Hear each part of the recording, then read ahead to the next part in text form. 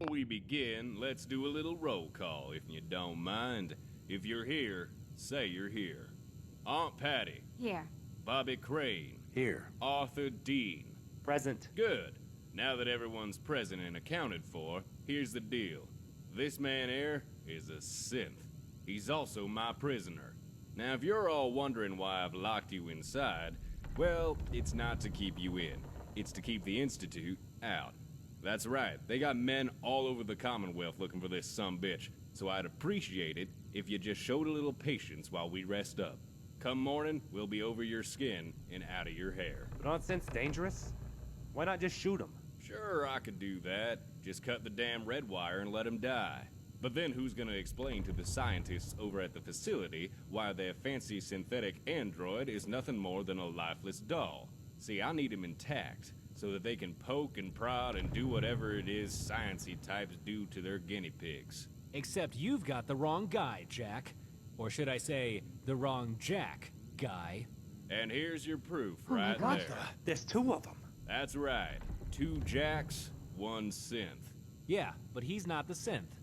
I am. Well, you're certainly as ugly as he is. But short of shooting you dead, I don't suppose you have any proof. Not really. You can open us up, but chances are you'd find the same bones. He's right. I heard the Institute makes exact replicas. Right down to the teeth. You kidding me? Jesus. You shouldn't have come, Jack. Now they know. You know how it is, Jack. I just couldn't leave you to die either. That'd be a little too heavy, even for me. Well, stick me in a jar and call me Dill. This is what I call a real fucking pickle. Oh God. Now what are we gonna do? It's simple. We lock this place down until we figure out who's got the nuts and who's got the bolts. And I have a feeling this scabber over here can help us. You, come over here. You know this man? Is what he's saying true? Is he a synth?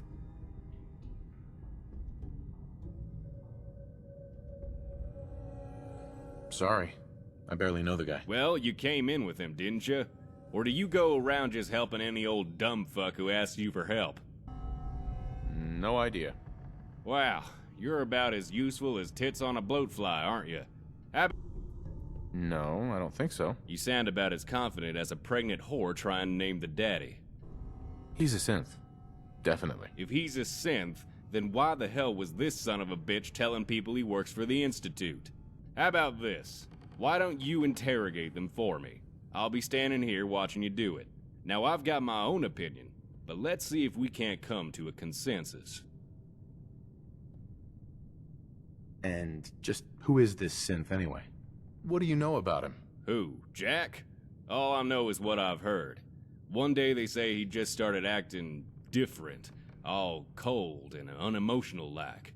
Well, if that doesn't sound like a synth, I don't know what does. But then those same people started saying Jack went back to his normal self, which got me thinking maybe the two of them were working together. Working in shifts, more or less. But there was only one way to find out, so one day I walked in his house, smacked him with the butt of my gun, and left a note for the other Jack. Wasn't sure if I was crazy, leaving a note for the guy I kidnapped. But seeing as there's a Tweedledee and Tweedledum here, I'd say my hunch was on the button. Who's your boss? Why are you doing this? Do I look like someone who works for anyone other than himself? I'm freelance, partner. Selling cents to anyone who'll take them. Railroad, institute, whoever. It all comes down to who'll pay the most caps. In this case, it's a bunch of eggheads out west. What is this place anyway? Nothing special, that's for sure. Just another Commonwealth shit stop run by Art and his auntie. Normally, I don't like stopping anywhere with more than one entry point, but Art assured me that lock couldn't be picked. I would kill him just on principle, but he ain't worth the ammo.